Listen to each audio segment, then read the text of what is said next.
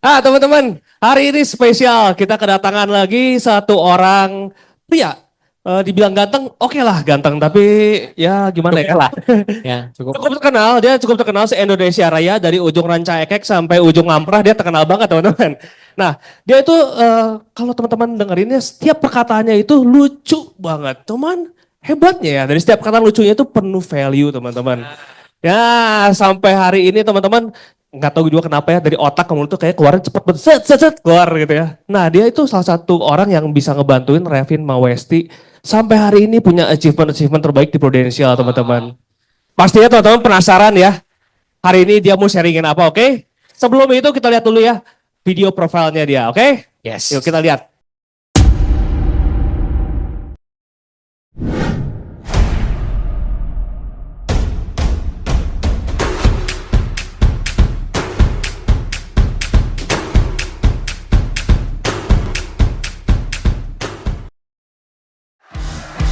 You are the reason for life, the air inside my lungs. You're taking hold of my heart, and there's no doubting that your love is unexplainable, phenomenal. And where your grace has done is nothing but a miracle. So tell me, how could I ever turn away from you when you've always been the way, the life, and the truth? You've given me a new, true reality, living for the one who set me free. You've given me a vision better than a dream. You ain't gotta wake me up, it's not a fantasy.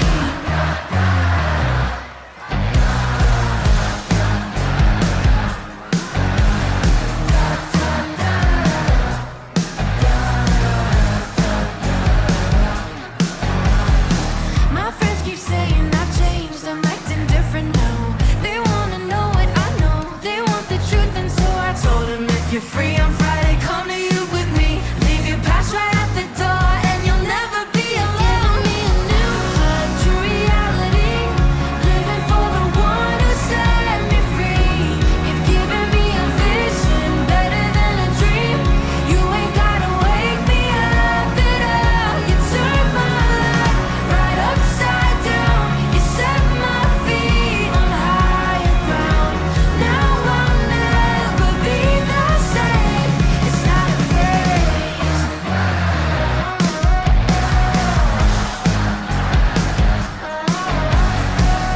Percaya ya?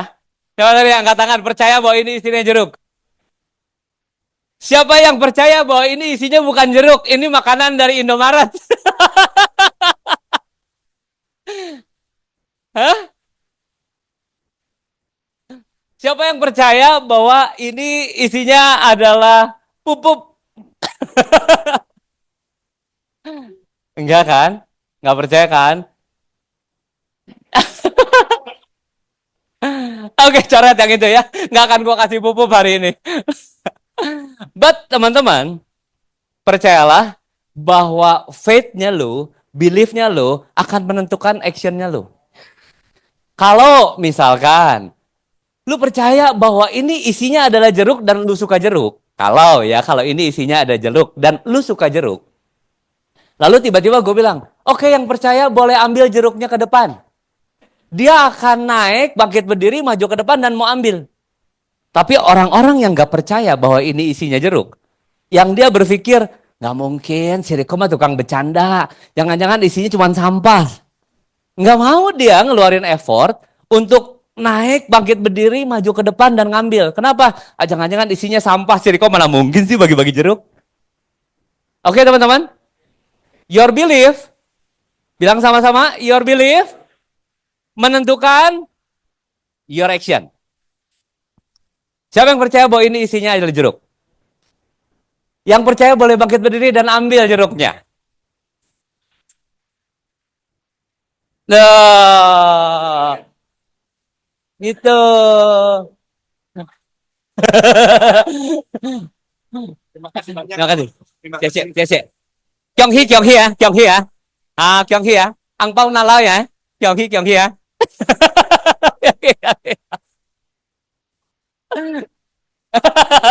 Tuh, masih ada. Oke. Nah, tiba-tiba banyak orang yang percaya. Ada juga yang percaya bahwa Jericho mah paling itu bawa makanan Indomaret. Tapi begitu ngelihat orang banyak yang percaya, dia ikut-ikutan percaya. Tesda begitu tuh ceritanya ya. Karena dia pikir Jericho mah suka bercanda, enggak lah, enggak lah. Itu pasti luarnya jeruk, padahal dalamnya mah bukan. Pasti Jericho mah bukan, gitu ya. Tapi begitu banyak orang percaya, dia ikut-ikutan percaya. Dan begitu lihat orang banyak bawa jeruk, gua tanya sekarang, di antara kalian yang tadi belum maju ke depan, apakah kalian bisa melihat dalamnya kotak ini dari luar? Tapi gua tanya, siapa yang percaya bahwa isinya masih jeruk? Siapa yang percaya bahwa di dalam ini isinya masih jeruk nih? Boleh angkat tangan? Yang bilang udah habis siapa?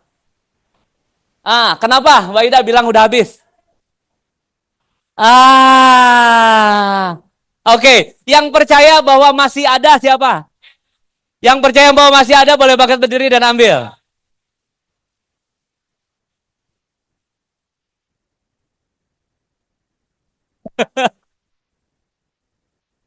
Oke lagi. Oke lagi. Semua ambil satu ya. Oke. Oke. Menarik ya. Oh iya ya. Siapa yang percaya bahwa setiap yang ambil jeruk itu gratis? Nah, gue cuma mau bilang, tapi tolong didata ya, didata. Nanti transfernya ke rekening gue. Satu jeruk 10.000. Memang itu cara jualan paling gampang sebenarnya teman-teman ya. Gue belajar ini, waktu gue ketemu Revin di bis kota. Dia bagi-bagiin. Lalu sebelum semuanya turun, dia bilang yang tadi ambil boleh bayarnya 10.000 gitu ya. Itu cara jualan menurut gue paling gampang. Bu Ida masih percaya bahwa itu isinya jeruk. Kalau sekarang, kayaknya udah habis benar. Teman-teman, siapa yang percaya bahwa jeruknya masih ada? Yang percaya boleh maju lagi ke depan. Yang percaya boleh maju lagi ke depan, ambil lagi.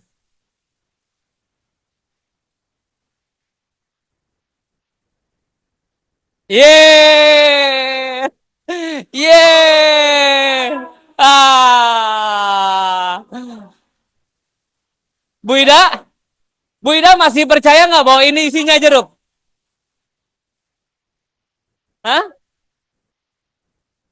Bu Ida masih percaya nggak? Tenang teman-teman ya, kita tanya Bu Ida ya. Bu Ida, apakah Bu Ida masih percaya bahwa ini isinya jeruk?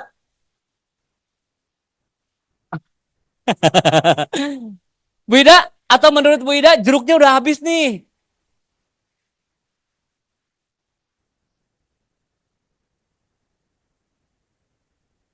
Masih ada?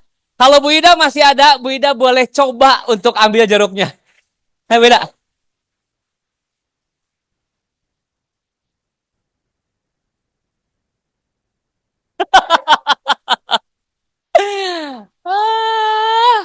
Dan kita lihat apakah Bu Ida dapat? Yeay!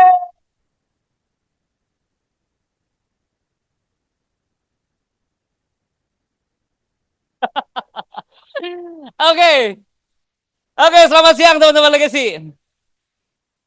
Hari ini sederhana banget, gue bawain jeruk dan untuk melihat bahwa kurang lebih bisnis di Prudential ya, itu nggak jauh beda dengan permainan ambil jeruk hari ini teman-teman.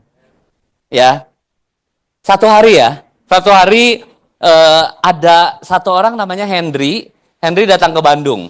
Henry datang ke Bandung dan dia cerita sama teman-temannya yang hari ini udah jadi anak-anak kayak We Not Me-nya Henry gitu ya.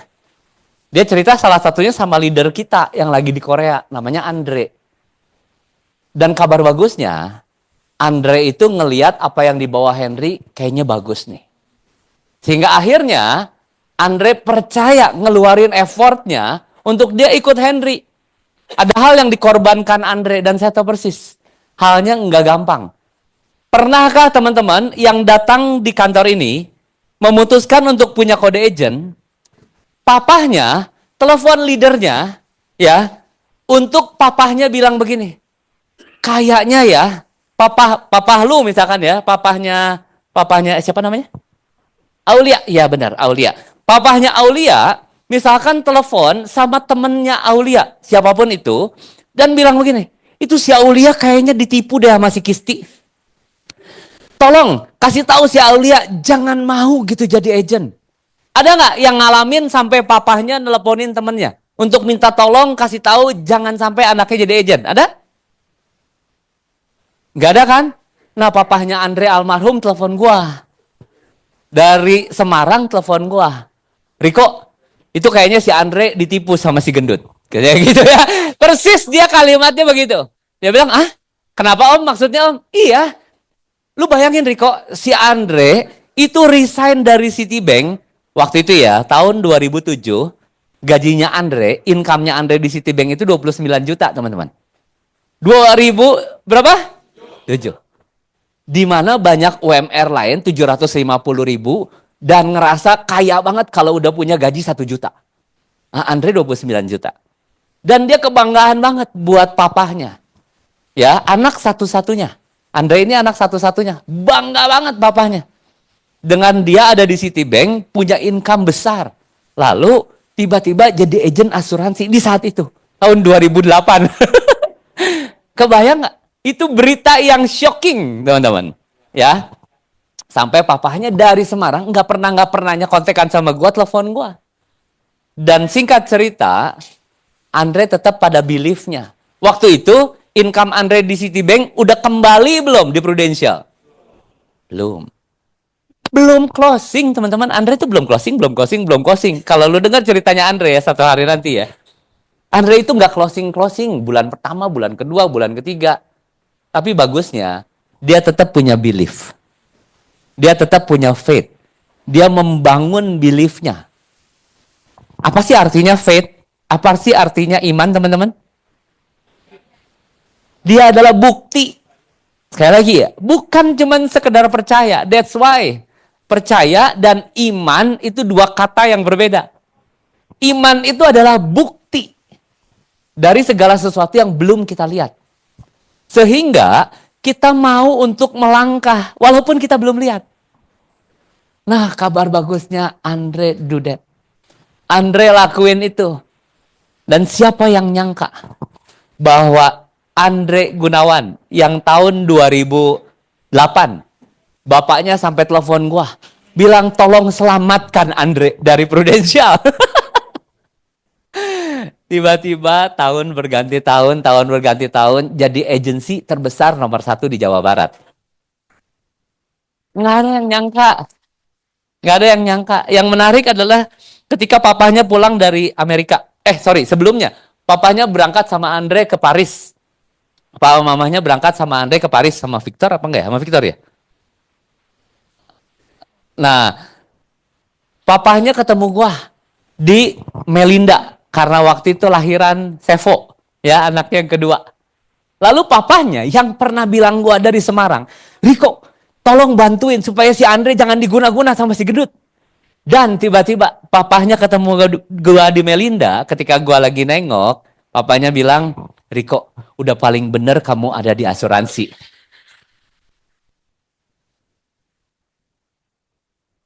Yang paling menarik lagi, yaitu ketika papanya pulang dari Amerika bareng-bareng sama Andre, sama Victor juga ya, ke New York ya.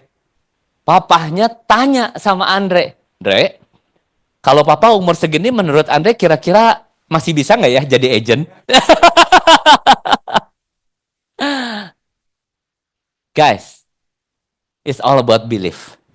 It's all about faith. So hari ini gue mau ceritain tentang sesuatu yang besar, kuat, dan gagah. Setiap pria pasti memimpikannya, setiap wanita ingin memilikinya. Sesuatu yang besar, kuat, dan gagah. Itu adalah faith. Oke. Boleh? Andre di Jakarta cerita tentang 3S. Ya, cerita Bang Jer nanti belakangan kita next aja. Gue tuh punya ya. Oke. Belum. Backnya gimana? Andre cerita tentang 3S di Jakarta. Ya, di Legacy Jakarta Chapter. Dia bilang katanya, di bidang bisnis nih, di bidang financial, orang itu akan naik dalam 3 tahap. Ada yang naik, ada yang bertahan, bahkan ada yang turun. Tahap yang pertama, S yang pertama adalah tahap survivor. Beberapa di antara kita mungkin sedang ada di tahap itu. Yaitu tahap di mana gue bertahan, bekerja itu untuk bertahan hidup. Gue bekerja itu supaya gue nggak nyusahin orang tua lagi. Gue bekerja itu supaya anak istri bisa keempanin. Itu tahapnya namanya survivor. Apa teman-teman? Mungkin beberapa partner ngalamin. Gue ada di sini supaya gue bisa cukupin deh hidupnya gue. Karena gue waktu ada di sini pertama kali ada di tahap survivor. Utangnya banyak, nggak kebayar. Udah punya istri, untung udah berhasil ditipu sebelum dia tahu gue punya banyak utang. Dan udah punya anak yang udah keburu lahir. Dimasukin lagi nggak ada caranya. Jadi gimana caranya? Ya udah harus diempanin. Nah, tahap yang pertama adalah survivor. Survivor adalah tahap di mana kita mikirin berbagai macam cara buat kita, buat saya. Tahap di mana bahkan mungkin kita belum melihat adanya cahaya terang benderang di depan sana. Seperti kalau teman-teman makan jeruk tadi tuh, di dalamnya ada bijinya. Benar? Berapa bijinya? Gak tahu gua juga ya. Yang jawab 2 mah ngeres. Gua gak tahu bijinya berapa. Gue nanya biji jeruk, bukan biji lu. So, teman-teman, orang gue tanya berapa bijinya? Biji jeruk, Van. Dia jawab 2. Nggak bener sih, Van deh.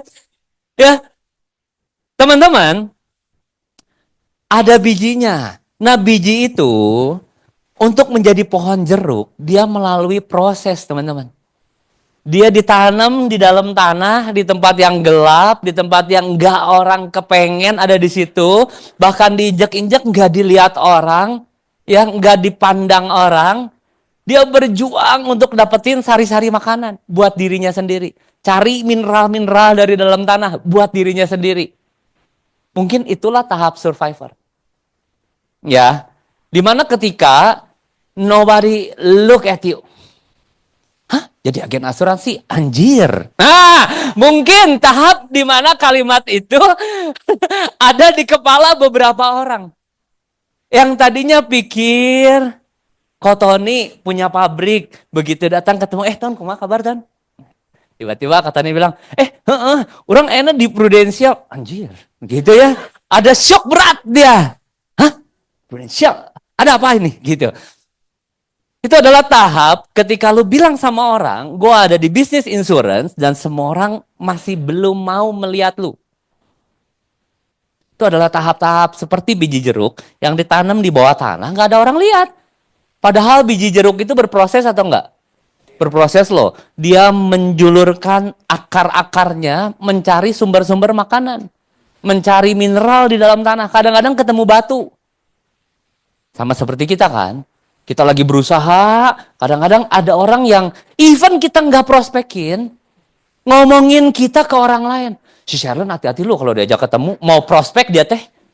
Padahal kita nggak prospek orang itu. Itu batu. Bilang sama-sama teman-teman, sebelah-sebelah. Itu mah batu. Dan gue mau bilang, batu di dalam tanah biasa.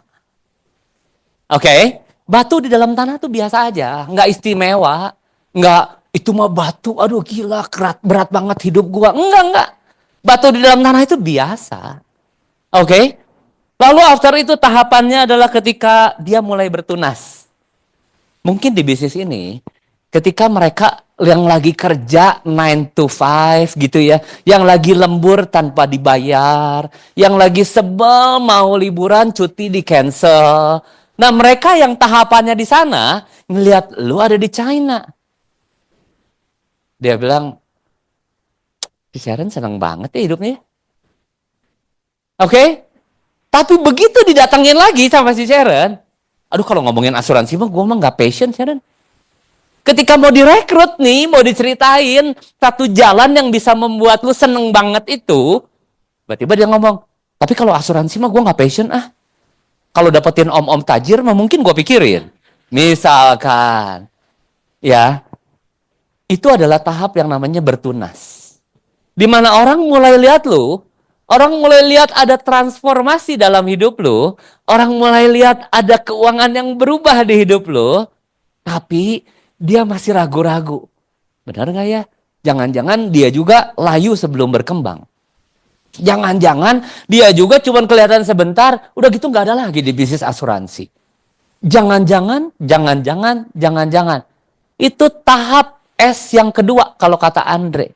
Tahap yang namanya sukses. Hah? Tahap sukses masa begitu? Iya, lu udah sukses. Datang ke acara seminar, training gitu ya. Lu sukses untuk angkat pantat lu dan datang duduk di sini. Itu sukses tuh. Lu sukses untuk ketika leader lu bilang, ayo coba ketemu orang. Nih, Westi tadi ceritain 2 cara untuk menceritakan yang namanya critical illness protection dengan baik. Lalu, teman-teman yang di bawah tadi role play. Nah, lu sukses. Padahal itu keluar dari kebiasaan, kenyamanan lu. Tapi lu lakukan, itu sukses tuh. Sukses bukan berarti tiba-tiba di depan garasi lu ada Rolls Royce. Bukan. Sukses bukan berarti tiba-tiba lu beli rumah orang yang ngejekin lu, ratain dengan tanah, tanamin cabai. Bukan. Bukan begitu. Tapi sukses yang kita tahu di legacy adalah ketika kita mengambil keputusan dan kita melakukannya sampai selesai. Itu sukses tuh. Kalian ada di sini orang-orang sukses nih. Boleh lihat muka orang sukses sebelah-sebelahnya? Ya, gue mau bilang, tuh, udah pada lihat teman-teman? Ternyata muka orang sukses biasa aja. Ya maksudnya sama-sama orang gitu ya, hidungnya sama, ada kupingnya. Biasa aja. Biasa aja lagi. Sukses tuh biasa aja. Tapi ya inilah tahapan kedua. Di mana kita mulai oke dengan diri saya sendiri. Saya mulai punya income yang baik. Saya mulai bisa mencukupi. Ya mungkin beberapa di antara kita, sebagian besar di antara kita ada di stage ini. Tapi kita nggak berhenti sampai di situ. Lo tau nggak? Apa legacy terbaik dari pohon jeruk? Buah. Banyak orang pikir begitu. Legacy terbaik pertama, yes, adalah buahnya. Ketika dia mengupayakan sumber-sumber mineral itu digabungin dengan cahaya matahari, berfotosintesa, lalu jadi sari-sarinya kumpul, buah namanya. Ada nggak lihat pohon jeruk, makan buahnya sendiri? Saking pelitnya ini pohon jeruk. Ini pohon jeruk Cina banget. Ya nih, kayak gini nih tulisannya, Cina banget. Jadi dia takut diambil. Diambil sama orang lain, takut diambil sama binatang, takut diambil sama kalong wewe, lalu dia makan sendiri buahnya. Begitu muncul buahnya, telan lagi sama batangnya. Pernah lihat? Nggak ada. Nggak ada. Buah yang dihasilkan, itu memang bermanfaat bagi orang lain. Bukan bagi si pohon jeruk. Bagi orang lain. Vitaminnya, yang tadi makan jeruknya tuh ya, itu vitamin yang udah dikumpulin sama si pohon jeruk tuh, dikasihin ke lu. Oke? Dia itu ada dalam stage yang ketiga, yaitu signifikan. You know what guys?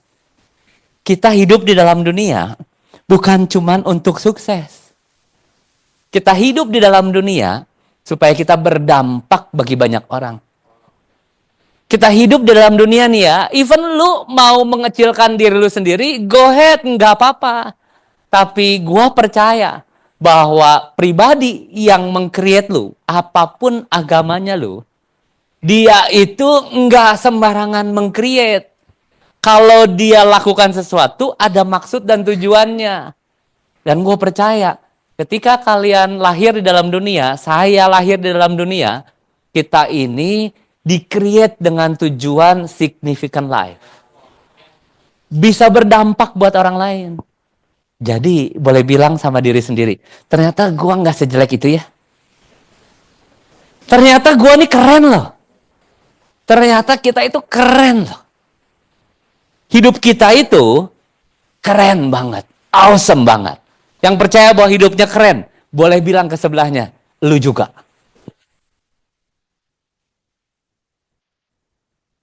So, kisah jeruk tadi hanya menceritakan part kecil dari yang namanya significant life, yaitu memberikan buah kita yang manis kek, yang pahit kek, kita akan tetap berbuah. Walaupun misalkan pas dimakan buahnya, aduh pahit banget ya. Lalu dia sebel sama pohon ini, ya bisa aja, ya. Tapi kalau kita mau orang jadi, aduh seneng banget ya, bersyukur banget ya dengan adanya lu gitu ya. Nah, buahnya perlu manis. Buah adalah bentuk apapun yang keluar dari pikir, rasa, ucap, dan lakunya kita. Buah bukan berarti harus selalu materi, bukan. Ketika pikiran kita mau berdampak buat orang lain, itu adalah buahnya. Ketika ucapan kita memotivasi sama orang lain, come on, lu pasti bisa, yuk kita berjuang bareng-bareng, itu adalah buahnya. Ketika apapun yang kita lakukan, untuk kita membantu orang bisa punya hidup yang lebih baik, itu adalah buahnya. But, itu bukan legacy yang terbesar dari pohon jeruk. Legacy yang terbesar dari pohon jeruk adalah ketika pohon jeruk bisa menghasilkan pohon jeruk lainnya. Pohon jeruk lainnya. Pohon jeruk lainnya. Bukankah itu yang terjadi sama bisnisnya kita? Lu dapat duit, oke. Lu bantu nasabah, ya oke. Tapi seberapa banyak sih si lu ini bisa membantu nasabah? 1.000, 2.000, 3.000 orang? Nggak bisa kan? Seberapa banyak sih si lu ini bisa menggaji karyawan lu, asisten rumah tangga lu, supir lu, 100 juta, 200 juta? Nggak bisa kan? Maka yang bisa kita lakukan, kita create pohon jeruk lainnya. Yang sama manisnya, bahkan mungkin lebih besar dari kita, lebih manis dari kita. Dan satu hari ketika kita pulang, kita semua kan pulang kan? Kita tahu bahwa kita dagang asuransi, betul?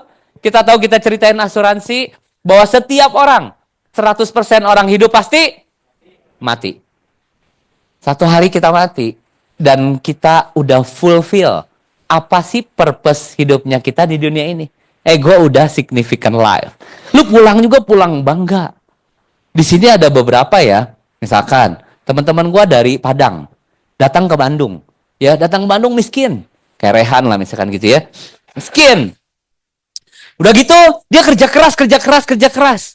Dan satu hal yang pernah gue ngobrol sama dia ya, dia bilang gini, kok buat kita orang perantau pantang pulang miskin. Wah. Lalu kenapa itu nggak kita masukin ke dalam benaknya kita sendiri? Kita ini di dunia ini lagi merantau, guys. Bukan tempat di sini kita. Bukan. Kita lagi merantau. Kita pantang pulang, hidupnya nggak signifikan. Sampai sini aman? Aman ya. Saya baru nyeritain sharingnya ke Andre. Sharing saya masih 3 jam lagi. Oke. Ada 3 ingredient untuk satu bisnis menjadi besar, kuat, dan gagah perkasa. Ingredient yang pertama adalah tadi faith. Iman, kepercayaan, belief. Ini tuh dibutuhin untuk memulai. Yang sederhana. Ada effort yang kecil ketika orang mau dapetin buah jeruk tadi. Ini dus ketutup. Orang dari luar nggak lihat isinya apa. Tapi gue bilang, yang percaya bahwa ini isinya jeruk boleh bangkit berdiri dan maju ke depan. Bisa jadi lu, ketika maju ke depan, isinya bukan jeruk. Jadi dia nggak bisa ngambil jeruk. Betul? Kan bisa jadi gue bohong kan? Ya kan? Nah, tapi ada orang-orang yang bangkit berdiri, maju ke depan dengan resiko. Resikonya apa? Resikonya ditipu. Resikonya zong, teman-teman. Dia langkahin kakinya, lihat, dan begitu ambil jeruknya, muka yang tadinya bertanya-tanya berubah ceria. Yeay, gue dapet, lu belum dapet. Gue dapet, lu belum dapet. Faith, itu hal yang diperlukan untuk kita berani melangkah. Di dunia bisnis, nggak aneh rasanya, kalau kita mau memulai sesuatu, kita invest. Aneh nggak sih di dunia bisnis kayak gitu? Enggak dong. Gue mau memulai pabrik garment ini, gue invest. Gue beli mesin jahit, gue sewa pabriknya, dan lain sebagainya. Pasang lain lampunya. Miliaran tuh yang begituan doang tuh ya. Nyewanya, apanya, segala rupa lah. Miliaran tuh. Percaya atau nggak percaya, saya mau keluarin duit miliaran karena saya punya satu belief bahwa ini akan menghasilkan. Pertanyaan gua, adakah di tempat ini teman-teman yang percaya bahwa bisnis insurance bisa menghasilkan buat Anda? Ada? Bener. Percaya? Gua cuman modal percaya garment ini bisa menghasilkan. Gua invest miliaran loh, hampir 4 miliar. Pertanyaan gua, kalau teman-teman percaya bisnis ini bisa menghasilkan, bisa mengubah hidup, investasi apa yang teman-teman berikan? Coba tanya dulu. Iya ya, gue percaya aja tapi nggak invest apa-apa. Jangan-jangan action itu adalah proof, bukti dari kepercayaannya kita. Kalau kita nggak berani invest di bisnis ini, jangan-jangan kita nggak percaya bisnis ini bisa menghasilkan, bahkan bisa mentransform hidupnya kita. Boleh ditanya sama teman-teman. Investasi apa yang udah gue keluarin ya buat bisnis ini? Oh kok, gue udah training setiap hari Sabtu. Bisnis dapat ratusan juta 5 tahun ke depan dan digaransi. Lu bilang modal lu hanya training setiap hari Sabtu dan itu cukup? Menurut gue nggak ada ART di dunia ini. Karena ART datang ke rumah gue setiap hari, bukan setiap hari Sabtu. Untuk dia kerja hanya untuk mendapatkan uang hampir 3 juta rupiah. Ini bisnis ratusan juta. Dan lu berpikir investasinya cukup dengan datang training. How come? Faith itu perlu diuji guys. Ketika lu ngerasa pagi ini gua males untuk bikin janji temu. Jangan-jangan kita sebenarnya nggak percaya banget bahwa bisnis ini bisa mentransform our life. Bisnis ini adalah kendaraan yang Tuhan titipin sama kita untuk kita bisa keluar dari kondisi tidak nyaman yang hari ini kita semua rasakan, apapun itu, untuk kita masuk ke kondisi yang kita mau. Nah, bisnis ini kendaraan dari Tuhan nih.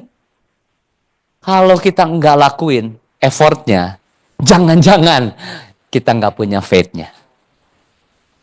Sampai sini aman teman-teman? Lanjut ya.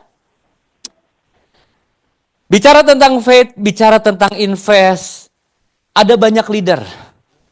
Sekali lagi, ada banyak leader yang udah mulai merasakan, gila ya gue setiap minggu loh terima transferan loh dari Prudential. Ada leader-leader. Gue nggak tanya partner-partner karena mungkin ada partner yang belum closing, kita nggak tahu, ya nggak? Tapi ada leader-leader kah di tempat ini yang kalau hari Rabu nggak terima transferan dari Prudential, ada? Oh nggak ada. Siapa yang selalu rutin terima transferan dari Prudential? Boleh angkat tangan? Kok nggak semua angkat tangan? Coba gue cek dulu, bener nggak sih lu nggak terima transferan? Ada yang Selasa, ada yang Rabu lah, gitu ya. Tapi guys, berapa banyak willingly-nya kita buat kita invest ke timnya kita?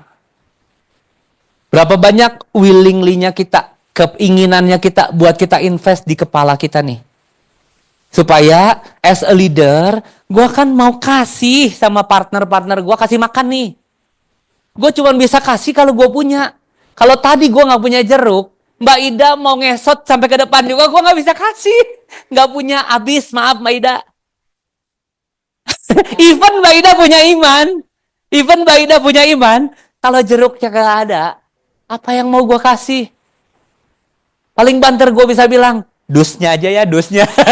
Nanti Mbak Ida bisa jual dusnya, siapa tahu bisa kebeli jeruk. Para leader, investlah pada dirimu, otakmu, isi kepalamu, supaya kita bisa terus memberi sama partnernya kita. Kan kita pengen partner-partner kita tumbuh besar, jadi pohon besar, punya buah yang manis, betul? Tapi kalau kita nggak berani buat invest sebagian apa yang kita terima, Lu boleh berguru sama semua pebisnis lain di luar sana. Kalau gue punya garment, dapetin omset, lalu dijadiin baju, terus gue dapetin transferan. Transferannya ini gue makan semua habis. Menurut lo, apakah garment gue akan tutup lebih cepat? Nggak usah perlu pandemi atau Amerika krisis global, nggak usah. Sebentar juga bangkrut gue. Makanya para pebisnis tidak melakukan itu. Siapa yang basicnya bisnis boleh angkat tangan? Kerja sendiri, buka toko, buka apotek, boleh angkat tangan? Kayaknya kita sama, bener gak sih? Uang yang masuk, nggak bisa lu langsung foya-foyain kan? Karaoke di tempat si Arya, misalkan, terus abisin duitnya. Nggak gitu kan?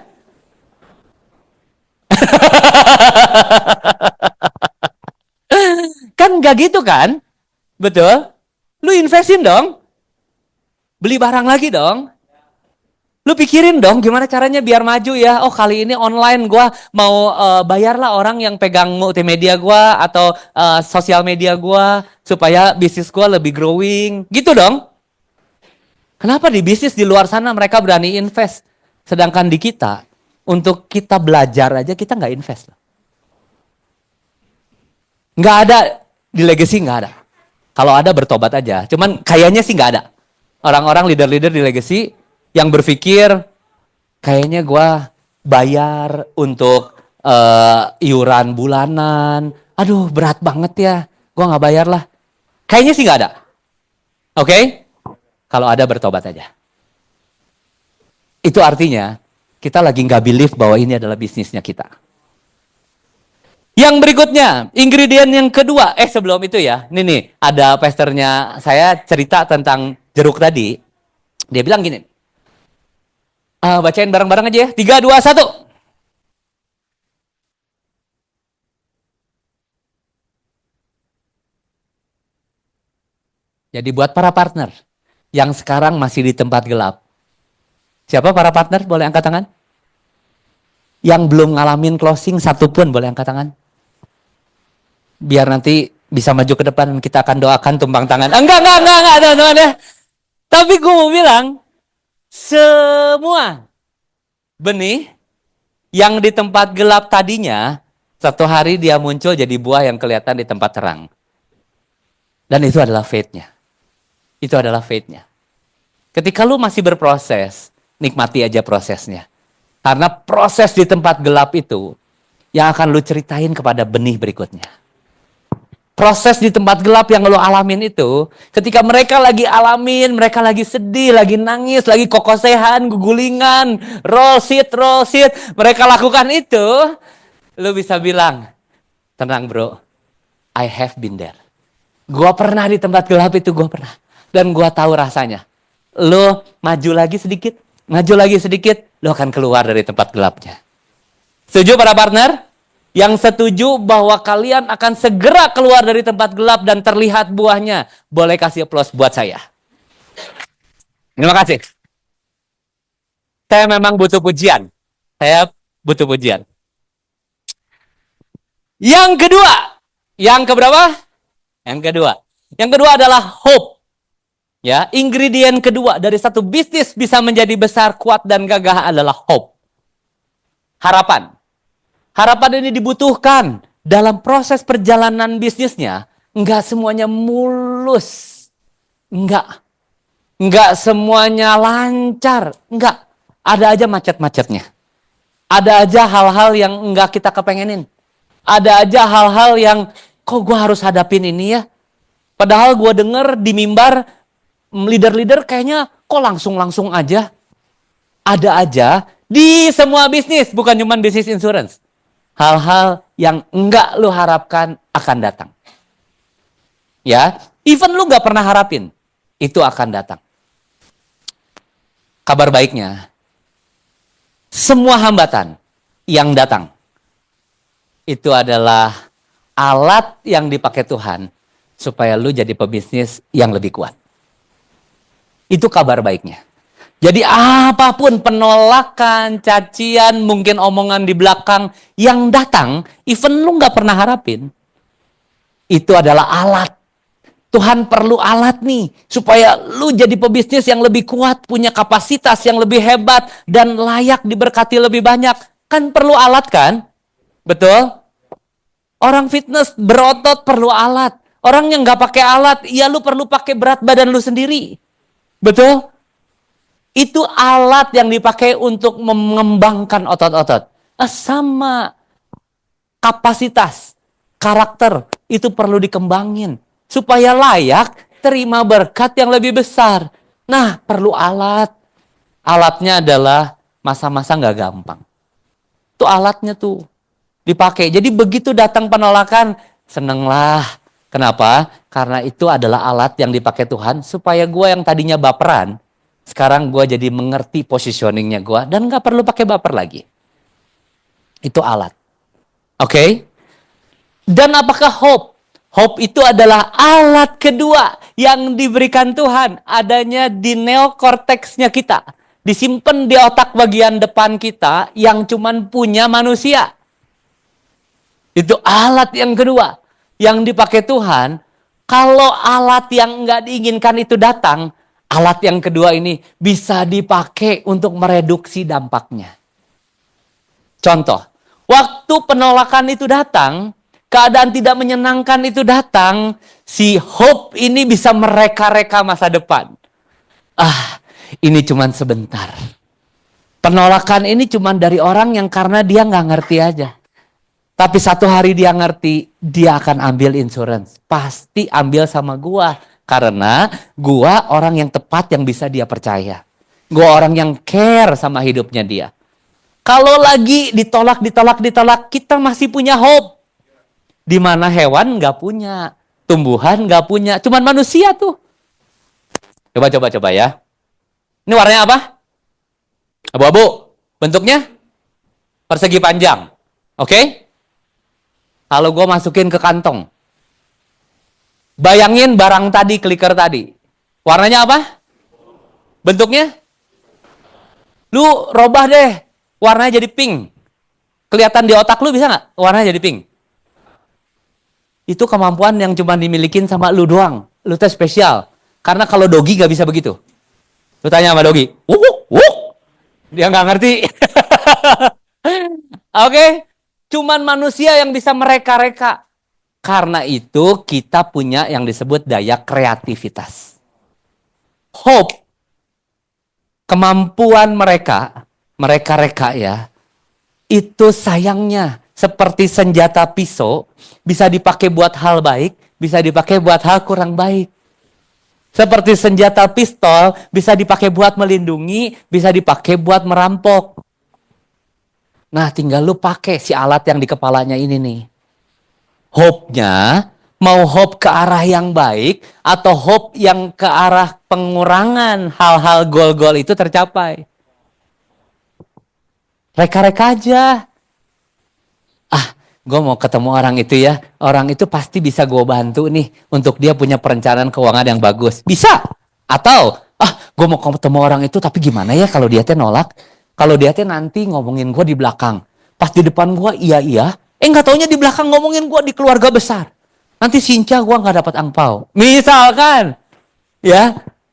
Itu semua ada di reka-rekaan si hope. Hope. Pernah terjadi, hope ini adalah sumber dari miracle, katanya begitu. Pernah terjadi di Thailand, ada pesepak bola, tim sepak bola di Thailand, lagi iseng-iseng masuk ke dalam gua di pinggir laut, lalu ombaknya datang, dan airnya nutupin. Dia di dalam gua 15 hari, guys. 17 hari ya? 17 hari di dalam gua terperangkap. Di dalam gua 17 hari dengan makanan seadanya, gelap gulita, nggak ada sumber cahaya, dan waktu ditemukan, berapa orang yang hidup? Semua hidup. Akhirnya jadi penelitian besar. Ditelitilah di psikologi, ya, secara psikologi diteliti. Oh, karena mereka saling menguatkan dan saling berbagi hope. Tenang. Kita pasti ditemukan. Sebentar lagi kita ditemukan. Ayo tenang. Ada orang yang mungkin udah, aduh gila gue lapar, gue mau mati aja, mau mati. Tenang. Sebentar lagi kalau lu mau mati nanti ya setelah ditemukan aja. Supaya gue nggak usah ngangkat lu, capek gue. Nanti aja matinya setelah di luar. Oke, sip, oke. Gue nggak tahu ya. Mungkin dalam bahasa Thailandnya Philip lebih bisa mentranslate. Pang tok tak cing laung cang. Oh gitu, gue ngerti lah. Tapi yang gue mau bilang, bahwa hope bring miracle. Miracle-nya bisa bagus, bisa jelek, guys. Hope itu membawa lu ke arah mana dia di-create-nya. Jadi kalau lu merasa saya belum mengalami perubahan, itu statement yang udah benar. Tinggal ditambahkan, sebentar lagi saya hanya cukup tambahkan effort saya, cukup belajar lebih, ketemu orang lebih banyak, saya akan ada di tempat yang saya mau. Atau dari kalimat udah bilang begini, saya mah nggak bisa, saya mah beda sama si itu. Dia mah mungkin aja karena lingkungan keluarganya tajir-tajir. Saya mah enggak. Itu juga hope. Dan hope membawa lu kemana? That's your choice. Ingredient ketiga dan yang terakhir adalah baca dulu ya. Lupa saya. Baca bareng-bareng ya. 3, 2, 1.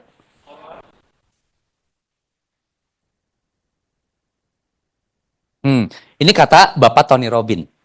Tony Robbins motivator besar. Dia bilang begini nih. Dunia itu ada polanya. Setiap kejadian tuh ada polanya. Musim itu ada polanya. Nah, orang yang bisa mempersiapkan musim berikutnya lebih punya harapan untuk menang. Oke? Nah, teman-teman partner, kalau kalian sekarang belum ngerti apa-apa, ada musimnya di mana kalian mulai punya skillnya. Oke? Nah, untuk bisa punya skillnya, ada persiapan-persiapan. Kalau lu melakukan persiapannya, maka di musim itu, lu punya harapan buat menang. Ada momen-momen di mana lu akan ketemu orang, dipersiapkan, oke, gue udah siap dan gue ketemu orang. Ketemuan demi ketemuan itu, memperbesar rasio closing lu. Ada harapan. Tapi kalau kita just flow aja, nggak pernah kita siapin musim berikutnya, di setiap musim kita deg-degan. Oke? Sama kayak teman-teman yang ke Korea hari ini.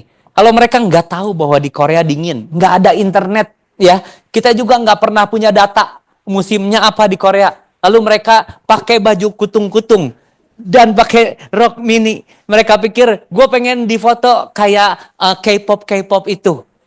-17, mampus nggak lo? Begitu keluar, tara, -17. Liburan tidak menyenangkan.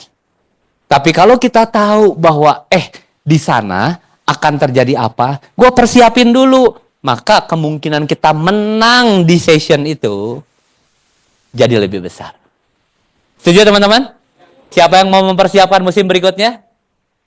Kabar bagusnya, ada pribadi yang pernah ada di musim setelah lu.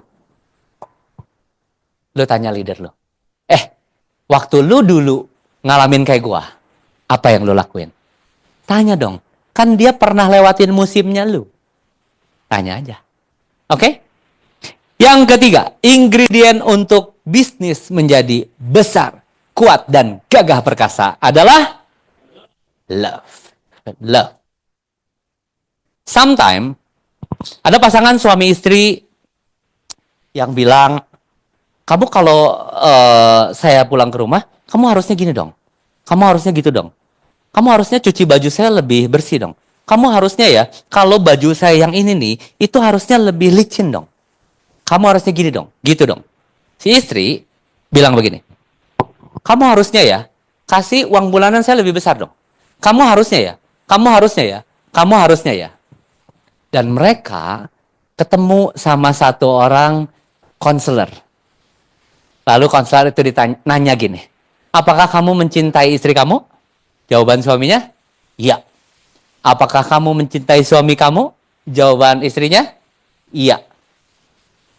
Tapi yang mau gue bilang, apa yang mereka lakukan nggak menggambarkan apa yang mereka katakan. Banyak orang begitu. Yang dilakuinnya sama yang diomonginnya beda. Yang namanya love is not about me. Love is always about others. Gua suami, Adri, istri, kalau gua love, gua pikirin apa ya yang Adri butuhin. Mulai dari kebutuhan. Lalu gua pikirin apa yang Adri pengenin. Oh itu banyak banget, memang gak gampang. Lalu, tapi kan yang penting usahanya. Usaha. Gue usahain, pokoknya gue usahain. Ya. Dan kalau bicara love. Love itulah yang membuat keputusan-keputusan kita yang kita ambil. Itu seringkali bukan keputusan yang populer dan menyenangkan diri kita. Kalau bicara love. Itu seringkali keputusan-keputusan yang diambil. Kita tahu ini akan membuat kita kedorong dari zona nyaman. Keluar dari zona nyaman. Dan kita nggak nyaman. Tapi ini bagus buat dia. Jadi gue mau lakukan karena ini bagus buat dia. Bukankah itu yang dilakukan para pejuang di Indonesia dulu tuh? Mereka bisa aja diam-diam, mereka bisa aja jilat-jilat penjajah, dan mereka nggak usah mati ditembak, nggak usah. Tapi karena ini about love, mereka mencintai bangsanya, mereka mikirin nanti anak cucu gua ya ke depan, jangan sampai ditindas penjajah kayak begini nih. Maka mereka keluar dari zona nyamannya. Let's talk about love. Gimana dengan Anda? Kalau ada bisnis yang bisa membawa Anda keluar dari ketidaknyamanan hari ini, kalau ada bisnis yang katanya bisa bikin gua memberi yang terbaik pada istri gua, kalau ada bisnis yang katanya seorang Revin mulai mikir, kalau dulu saya nggak punya waktu, saya nggak bisa dengerin istri saya nggak bisa bareng liburan sama istri saya, tapi lewat bisnis ini, Revin bisa memberikan waktu sekaligus uang kepada istrinya, dan dia keluar dari zona nyaman. Gue tahu ceritanya ketika dia harus teleponin orang-orang, berapa ratus? 300-an, dan gak ada satupun mau dia temuin. Mau ketemu dia, teleponin dari daftar list nama di tempat di mana dia kerja dulu. Dan gue tahu ceritanya ketika almarhum papahnya curiga, ini si Revin tuh bener gak masih kerja? Lalu dia datang ke kantornya, iseng main bawain bekal makan siang. Dan teman kantornya bilang, kalau Revin mah udah resign om. Dan bapaknya marah. Gue tahu ceritanya, itu bukan hal yang nyaman buat Revin. Tapi kalau Revin mau mengambil keputusan keluar dari kenyamanan, gue tahu ada pribadi yang dia cintain. Dan kalau enggak mah, kerja begitu juga hidup cukup. Dan dia bisa aja dong bilang sama istrinya, aduh, segini juga udah bagus. Orang lain mah banyak yang suaminya pengangguran, tahu nggak? Segini juga udah bagus. Bisa aja dong. Tapi kita nggak punya waktu liburan. Ya memang gini. Jadi karyawannya memang gini. Kamu terima dong. Salah sendiri kamu nggak menikah sama Raffi Ahmad, misalkan. Gitu ya. Ya bisa aja dong. Tapi dia nggak mengambil option itu tuh. Dia mengambil option untuk siapa lagi ya, siapa lagi ya, siapa lagi ya, siapa lagi ya. Dan option itu yang membawa dia. Sekarang, lu punya kafling di mana aja. Kasih tahu sama Revin. Revin beli. Sawer. Gampang. Kok gue mau ngajak Westi dulu 13 bulan. Wah, pergi gue mau ke Jepang. Nggak bisa. Nah, nggak bisa kan, visanya nggak cukup 13 bulan mah. Ya, so, love itu membuat kita bisa keluar dari zona nyaman. Itu karena love. Faith, hope, and love adalah 3 kekuatan yang kita perlu ada di bisnis ini supaya jadi kuat, jadi besar, jadi gagah. Cuman banyak orang lupa untuk mikirin siapa orang yang dia sayangin. Ketika dia dalam kondisi nggak nyaman, dia harus keluar dari zona nyaman, memaksakan diri keluar dari zona nyaman. Dia nggak mikirin, gua mau lakukan ini buat orang-orang yang gua sayangin. Nah itunya nggak dipikirin sama dia. Sehingga dia punya kecenderungan, dah gua mah memang gini. Dah gua mah nggak bisa. Dah gua mah. Padahal, kalau dia pikir, buat siapa ya? Jangan-jangan ada power lebih. Yang tiba-tiba kreativitasnya muncul. Dan ide-ide segar, ide-ide baru muncul. Dia bisa lewatin permasalahan yang ada. So, buat siapa kita mau bangun bisnis besar di legacy. Itu lu perlu pikirin. Dan lu janjilah sama dia lah. Gue lagi mau bangun bisnis besar ini supaya kita nanti. Ngomonglah ke anak lu lah. Gue mau bangun bisnis besar ini ya. Mama mau bangun bisnis besar ini supaya kamu nanti. Ketika lagi mau kuliah, kamu bisa tentukan di tempat di mana kamu mau kuliah. Mama siapin uangnya. Misalkan. Yang ngomonglah sama orang-orang yang kamu kasih. Berikrar lah. Lalu bilang pada diri sendiri. Bahwa gue akan do the best buat ikrar saya. Jadi nggak perlu dituntut sama siapa-siapa. Kita yang berikrar, kita yang do the best. Ada satu quotes yang bilang begini nih. Terbiasalah, apa teman-teman? Milih keputusan yang gampang. Supaya hidup kita jadi gampangan. Cari keputusan yang enak aja, yang gampang aja. Yang, guru, gue nggak mau ketemu orang, nanti takut ditolak. Jangan ketemu orang. Aduh, gue nggak mau angkat telepon nih. Nanti angkat telepon takutnya dia nolak. Jangan ditelepon. Jangan. Aduh, gue nggak mau training hari Sabtu. Karena training Sabtu itu ya, harusnya gue waktunya istirahat. Gue Senin sampai Jumat udah kerja di kantor. Jangan training. Terbiasalah memilih keputusan-keputusan yang gampang. Yang paling menyenangkan lu. Dan diamlah di comfort zone lu. Supaya nanti hidup lu jadi gampangan. Tapi gue gak mau kok punya hidup yang gampangan. So, what do you have to do? Tanyain sama diri lu. Karena kalau lu nanya ke leader lu ngasih tahu kan. Nanti lu bilang, kayak gue ngomong dulu sama Andre. Si Andre mah nyuruh-nyuruh wae. Ini pasti buat kebutuhan dia, bukan buat kebutuhan gue. Jadi, lebih baik lu tanya sendiri sama diri lu. Apa ya? Keputusan apa yang gue pilih? Stay dengan nonton Netflix atau go out and reach? Yang mana nih? Keputusan hari ini, pagi ini. Bikin list nama atau nanti ajalah kalau moodnya udah datang. Yang mana nih? Oke teman-teman? So, yang menarik. Bisnis ini kita cuman punya satu kerjaan doang, job desk doang. Ada satu video yang mungkin teman-teman bisa lihat. Waktu saya tinggal 3 menit lagi. Jadi video ini mungkin mengakhiri ya perjumpaan kita. Buat yang sedih, kalian boleh kirimin di nomor rekening di bawah ini.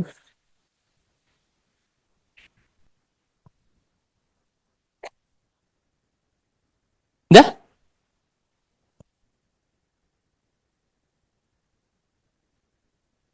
Waktu saya tinggal 2 menit lagi teman-teman.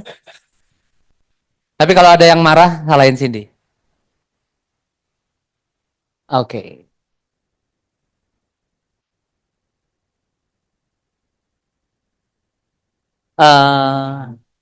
Oke.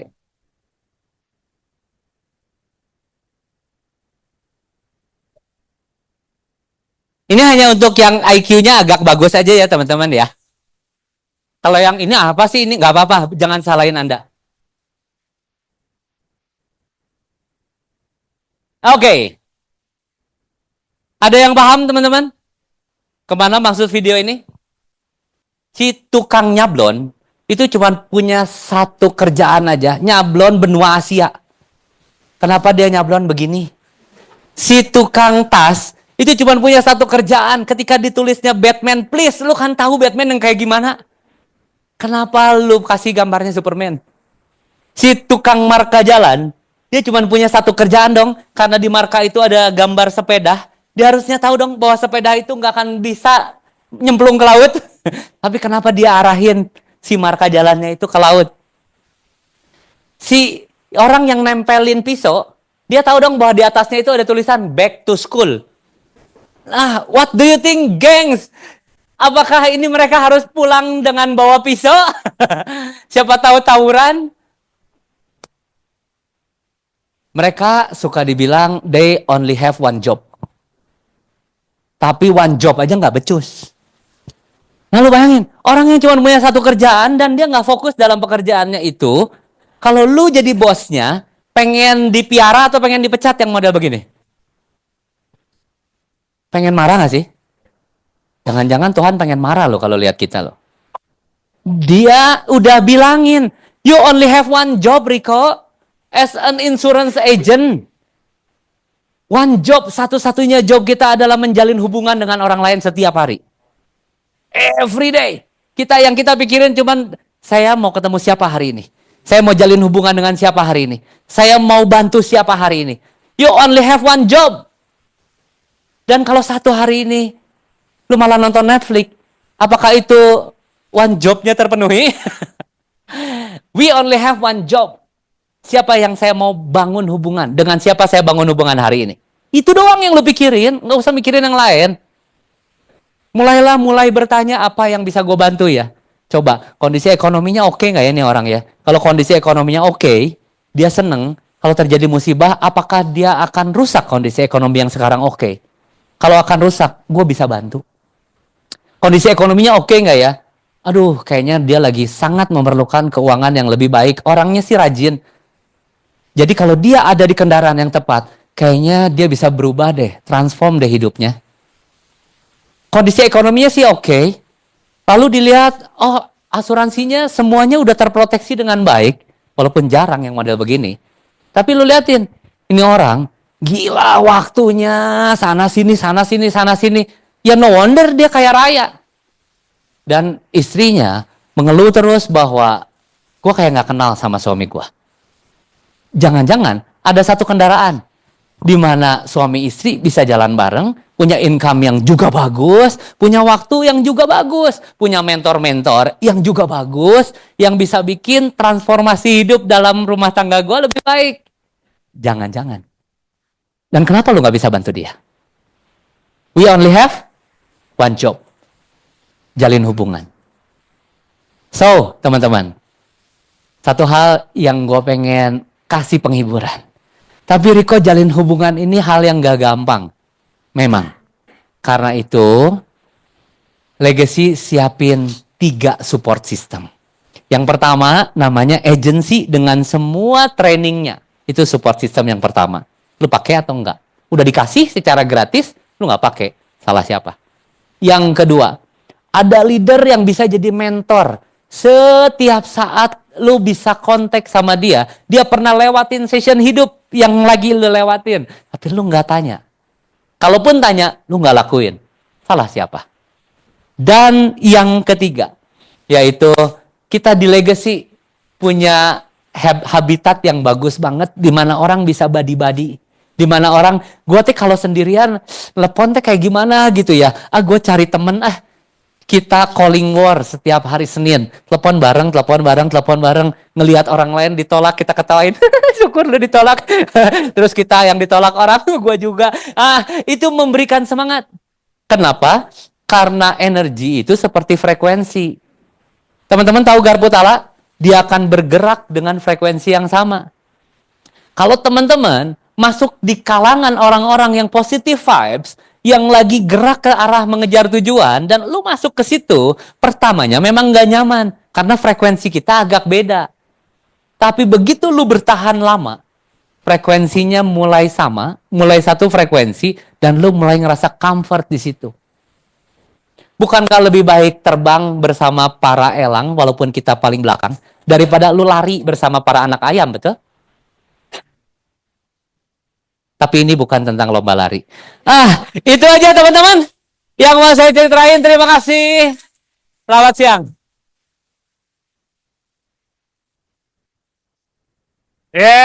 Aplausnya paling meriah buat Rico. Guys, kalau Rico udah ngelucu gitu, tapi masih belum berdiri dan kasih aplaus, kurang keren loh. Hah? Oke, silakan duduk. Silakan duduk. Thank you ya Rico ya. Hari ini saya diingetin lagi buat saya pribadi ya. Saya diingetin bahwa your belief determine your action. Ya, jadi apa yang lu percaya itu akan menentukan gimana cara lu bekerja, gimana cara lu berpikir, gimana cara lu merespon. Itu akan menentukan. Ya, besar, kuat dan gagah itu faith ya. Dan Andre tadi Rico ceritain bagus banget tentang apa yang Andre sharing. Di mana kita mungkin hari ini tahapan kita beda-beda, yaitu di survival period, apakah kita ada di sukses period, atau terakhir, ya kita perlu ada di significant period. Dan yang Rico sharing tentang satu bisnis, syarat punya bisnis yang besar ya adalah lu perlu punya faith-nya, lu perlu punya hope dan perlu punya love-nya. Ya, dan faith, hope, love itu ada satu quotes yang bagus. Dia bilang gini, faith makes all things possible. Jadi faith itu membuat segala sesuatu yang tidak mungkin jadi mungkin. Hope make all things works. Jadi pengharapan itu akan membuat segala sesuatu bisa bekerja. Dan yang terakhir love adalah make all things easy. Kenapa? Karena ketika lu lakukan segalanya buat love, itu akan jadi lebih mempermudah hidup lu. Dan menariknya adalah faith, hope, and love itu, tahu nggak sih, 3 kata itu adalah kata kerja. Jadi bukan kata sifat, bukan kata, banyak orang bilang gini, Fik, kalau saya mengasihi seseorang, kayak saya love, saya tinggal ngomong love. Ya, tapi percaya ketika lu married, hari beres married, ya besok mulai itu kerja. Ya, bukan cuman berkata, tapi benar-benar bekerja. Ya, gue sayang sama Feni bukan artinya gue tiap hari ngomong Feni gue sayang lu, Feni sayang, tapi gue tidak melakukan apa-apa buat dia. Gue nggak dengerin, gue nggak lakukan sesuatu, gue nggak pijetin kakinya. Kemarin kalau lihat di IG gue seneng satu lagu ya, dia bilang ya Growing Old With You itu sesuatu yang menyenangkan. One day kita nggak cuman grow old together, tapi gue akan pijetin kaki lu, gue akan dengerin lu, gue akan, nah itu faith, itu love dan itu kata kerja. Ya sama seperti faith dan sama seperti hope. Segala sesuatunya perlu teman-teman kerjain. Ya kenapa? Karena kalau teman-teman beranggapan itu kata benda, ya teman-teman akan pasif. Ya, jadi bilang kanan kirinya faith, hope, and love itu kata kerja.